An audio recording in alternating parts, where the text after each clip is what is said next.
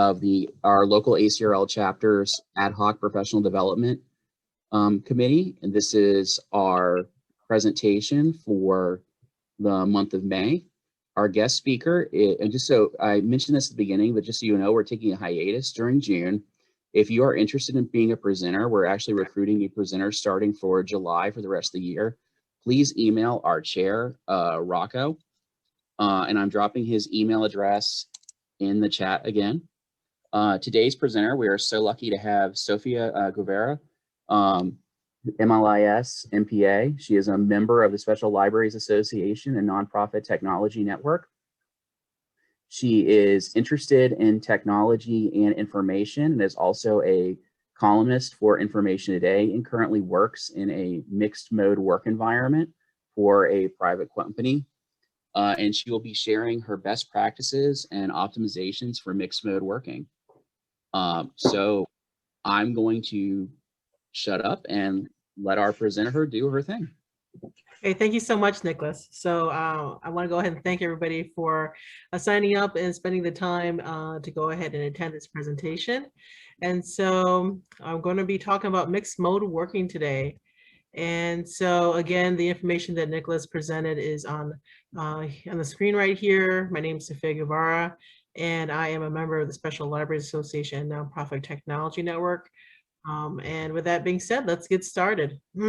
So the reason why I decided to go ahead and include this graphic within the presentation is because I think it really, at least in my opinion, really provides people with a good picture of what virtual or mixed mode working can be.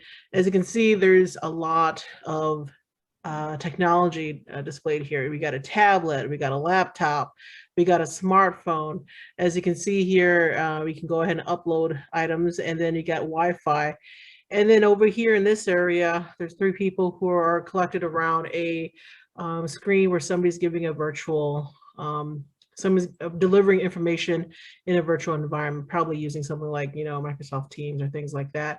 And then you can see also that here in the physical, they're distancing themselves, and it'd be nice if they had this graphic had masks on, had the people wearing masks, but that isn't the case.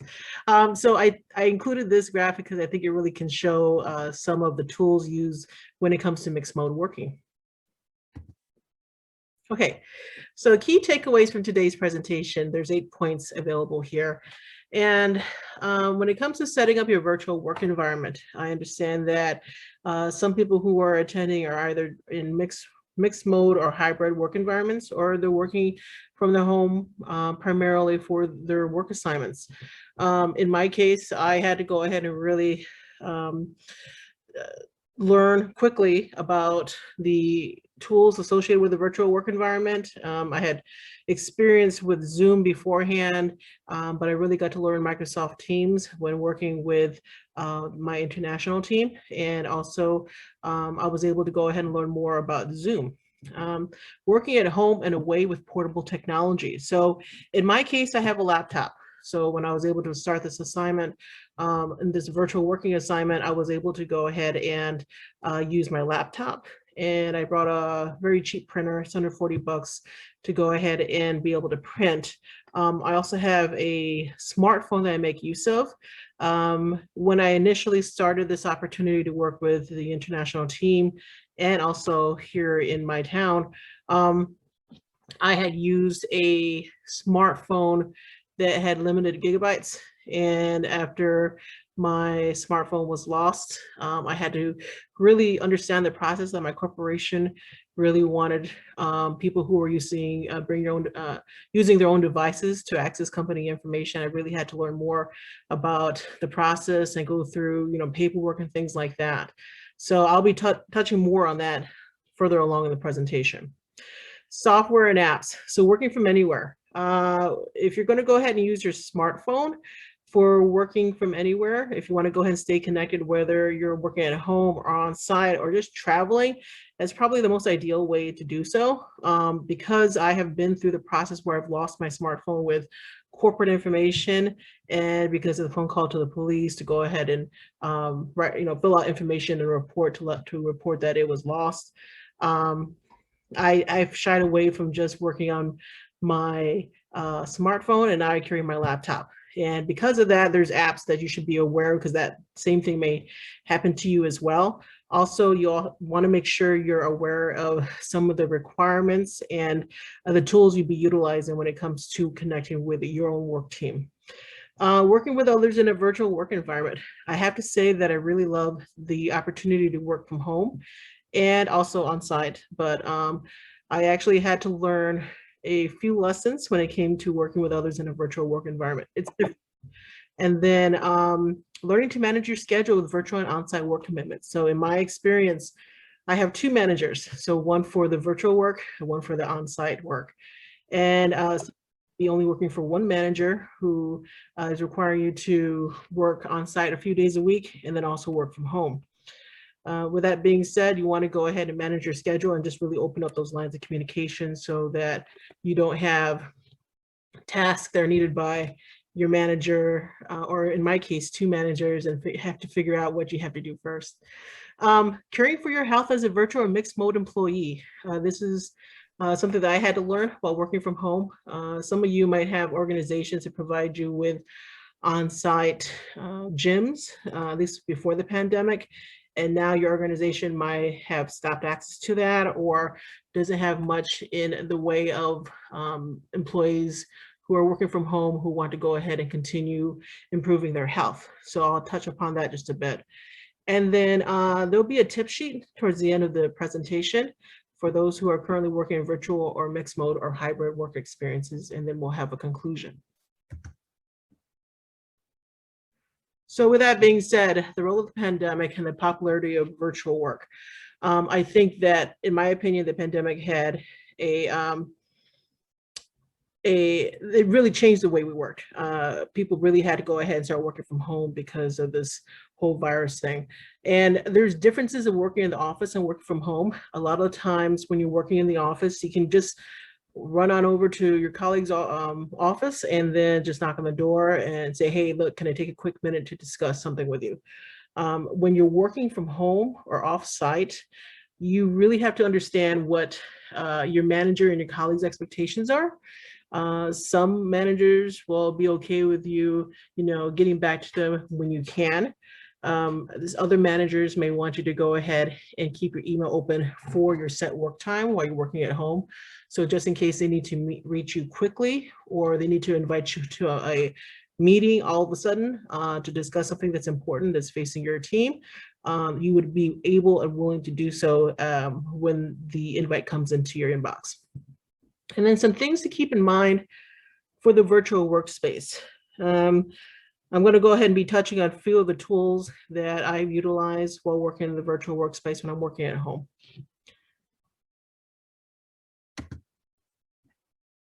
So your virtual work environment. So let's go ahead and take some time to take a look at this picture. As you can see, this person has a laptop. They're writing notes in a notebook, and they probably work at a kitchen table or at a dining room table, and just with a seat that they have available to them. Some people want to go further and get like a particular desk to work from. Others want to go ahead and get ergonomic chairs. In my case, I'm pretty much like her. I have my laptop, I have my printer, and I just use a regular chair that I have at home, and a table that I have to go ahead and get my work done.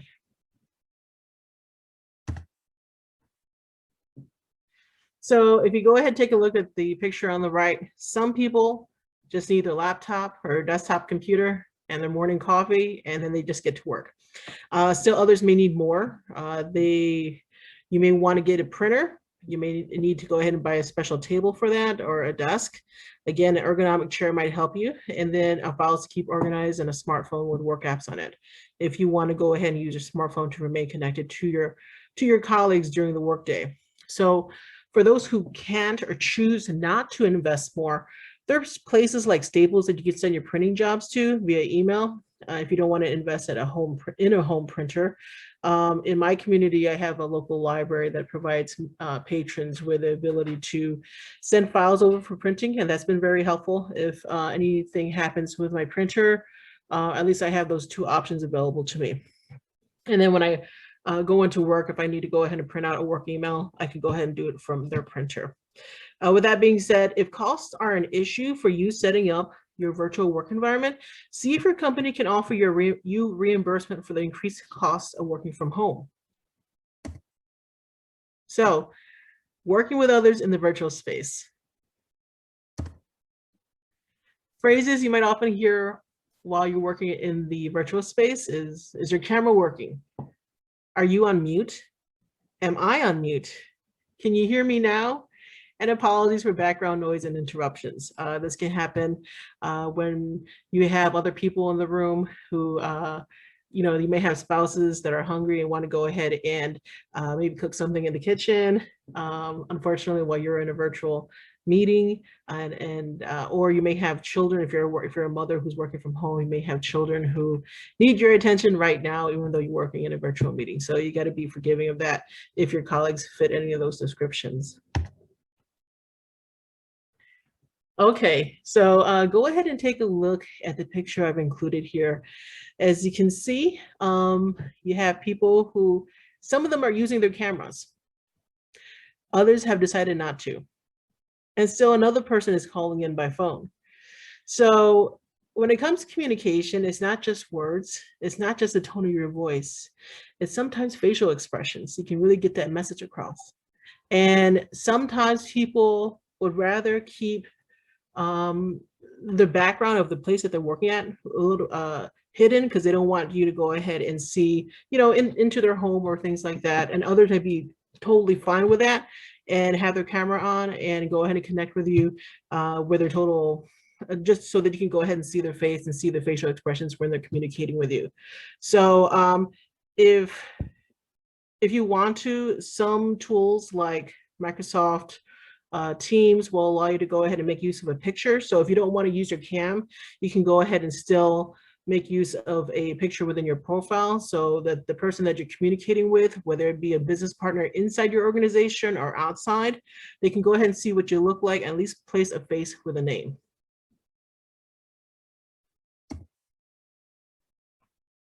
Okay, and then if you go ahead and take a look at this picture, depending on what software you're using for telemeetings, you can go ahead and use backgrounds, like professional looking backgrounds, or you can go ahead and blur the background behind you.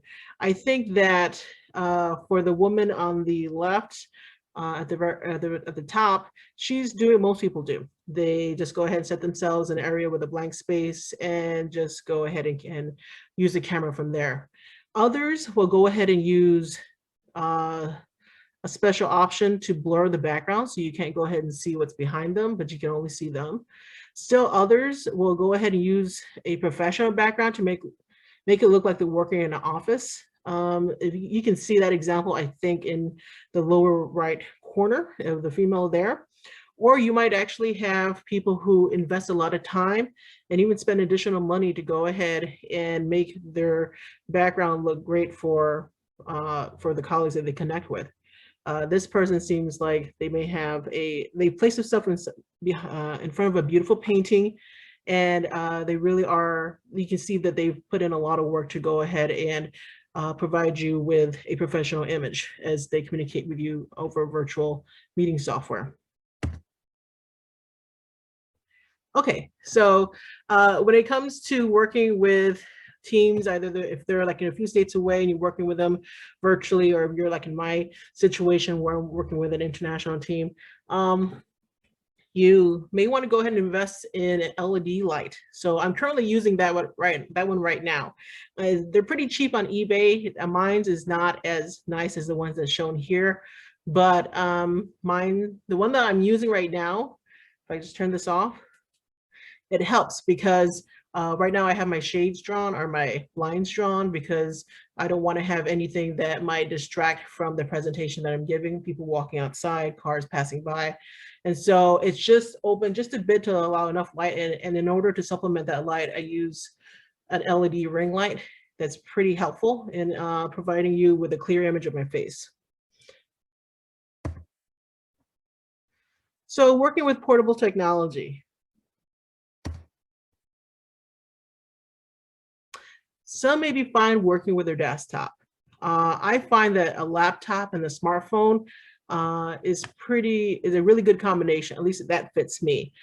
Setting up a wireless connection may be helpful to you just in case to make use of your smartphone for research without wasting your gigabyte allotment. And just to let you know, in my experience, I actually moved up from my I actually moved up to Google Fi, which allows me to go ahead and have unlimited access to data, I believe, for half the price that they usually charge. And because I've been able to get a phone that works with Google Fi and sign up for that plan, when I travel, I go ahead and take my laptop, and I've learned how to tether my smartphone to my laptop so that I can go ahead and use the data on my phone to connect to the internet when I'm working on my laptop, when there's not another internet, there's no internet access available at the destination that I'm at. And with that being said, if you're using a phone to stay connected, you may want to download some apps that include Zoom and Microsoft Teams. And I'll touch upon those in just a bit. With Zoom, I think a lot of people are familiar with Zoom. We're making use of it right now for this presentation. I got acquainted with Zoom when I was co-leading a topical interest group at the American Evaluation Association. So a lot of the evaluators, we would go ahead and connect virtually using Zoom. And so Zoom is a great tool to go ahead and connect with your colleagues or business partners or other organization partners virtually. Outlook. Before I started my employment in my current organization, I was really used to Gmail. And I really had to come up to speed on Outlook. I've used it beforehand, but it's something that I found that it's something that's essential for me to go ahead and keep in contact with my colleagues. And also I'm able to go ahead and send documents and projects and links to projects so that they can go ahead and review them. Fortunately though, my company also provides me with access to Microsoft Teams. And because of that, I shouldn't really have to send so many emails, and I'm able to go ahead and keep communications around a certain project all in one space. Technically, it's supposed to go ahead and reduce the amount of email you have to send, but I think it's a really great tool for you to use. And then another thing that you may have access to would be the snipping. If you're using a Windows computer, you may want to go ahead and make use of this. If you're not aware of that, I would definitely try to make use of it, because sometimes a picture really is 1,000 words. And so when you're sending that email and you're communicating with your colleagues an idea that you have, you can do less writing and more telling with a picture. If you don't really like the snipping tool, one thing I would suggest would be Nimbus. That's Nimbus. And let me show you what that looks like. It's a Nimbus screenshot and screen video recorder. And so it really provides you with the opportunity to go ahead and take screenshots just like the snipping tool, but you can go ahead and capture a visible part of a page. You can go ahead and record a video with sound. I think the free version is like limited to 5 minutes or so. And you can also go ahead and take a screenshot that allows you to scroll down if you have a long web page you want to go ahead and show to a colleague or a portion of a web page. And Nimbus is simply, I think, is one of the best tools I've come across in a long time.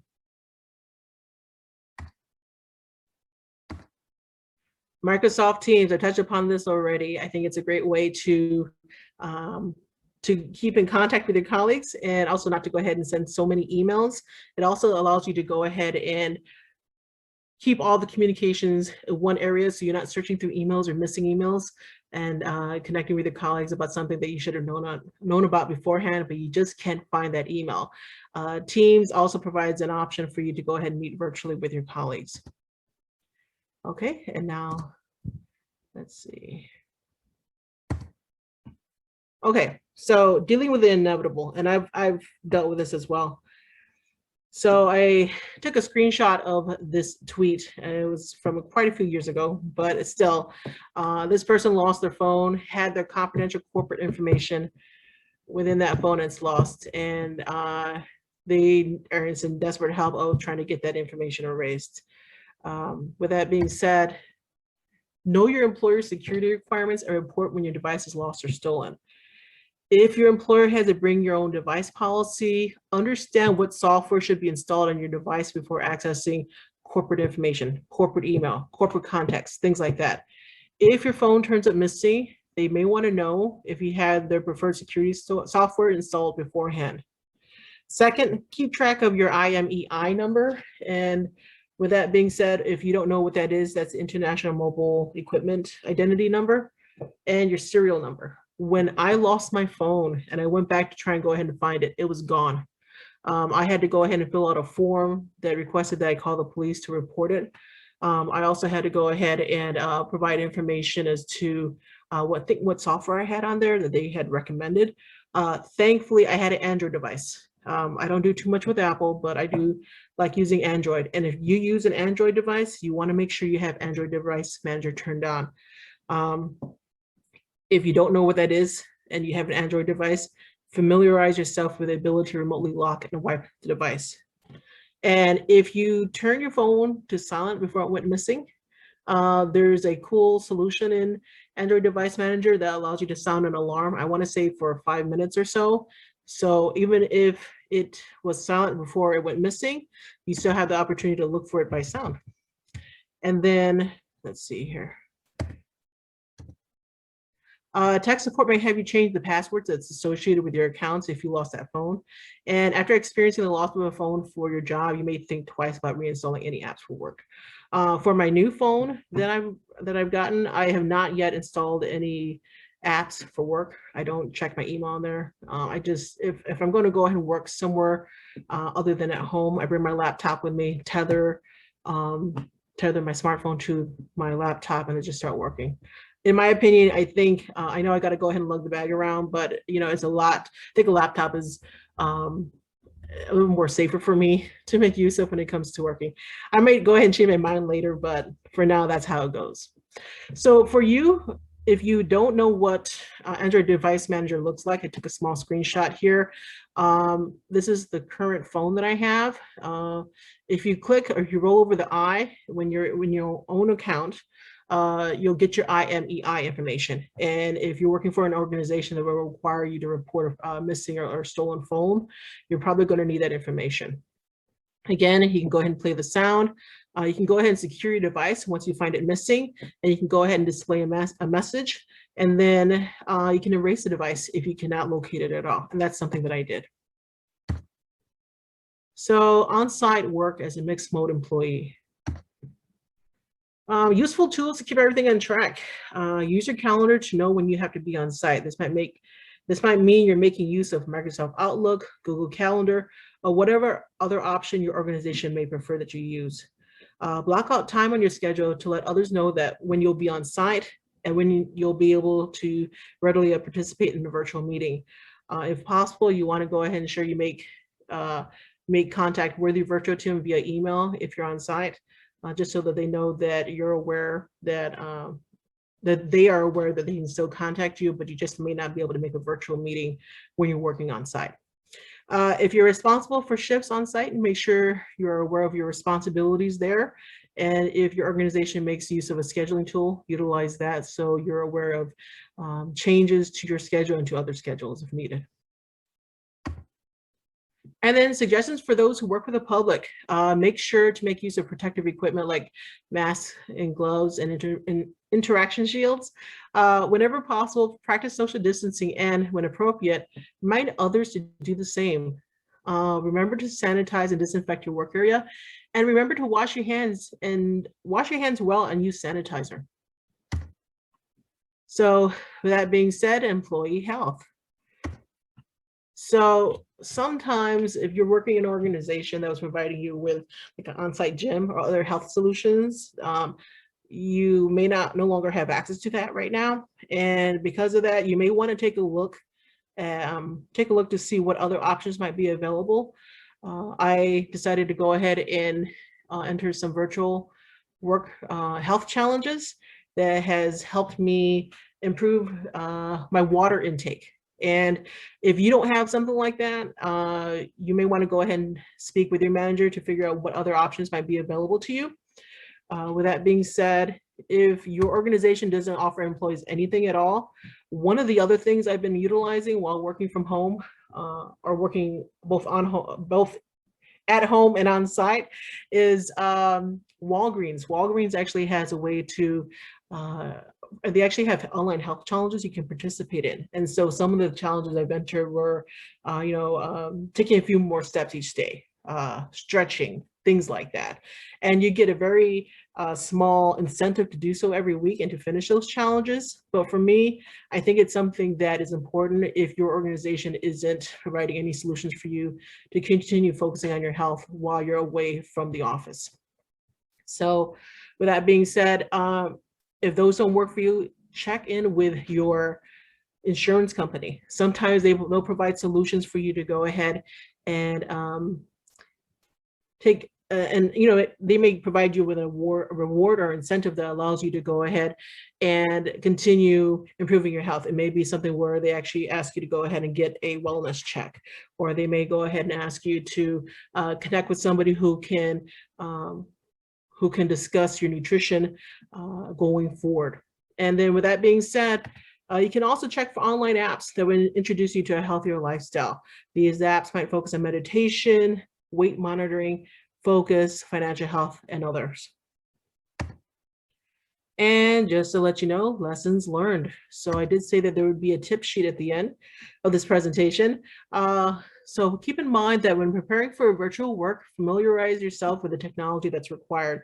If you haven't attended online meetings before, learn from those on your team who have regularly participated in them. When I started making use of Microsoft Teams, I would see how others interacted online to learn more about what worked best. And because I was relatively new using Microsoft Teams virtual meetings, and so I just wanted to see what I should do. I wasn't quite sure what I should do, and so I just watched and learned. When preparing your workstation for virtual work, decide how much you can invest and check to see if there's any reimbursement from your employer for additional costs that you might incur for setting up your space at home. And again, if you work in a bring your own device environment, then take the time to understand what software you need to install on those devices. And make sure to block out time on your calendar to let others know when you're not available, and try to go ahead and keep online as much as possible so that your colleagues can go ahead and connect with you quickly about an urgent matter. It really depends on your manager's preferences though. Okay, any questions? I'll go ahead and take them over chat.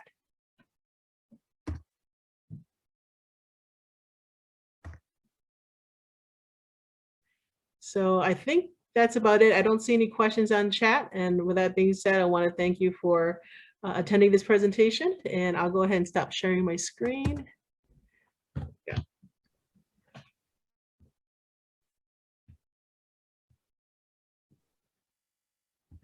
Thank you so much, Sophia. I think Rocco is back now he just posted a reminder for those of you guys who are considering doing presentations in the future that we are starting again in July. He included a link to the sign up form. Rocco, I'm gonna let you take it away. No, sorry, I'm good.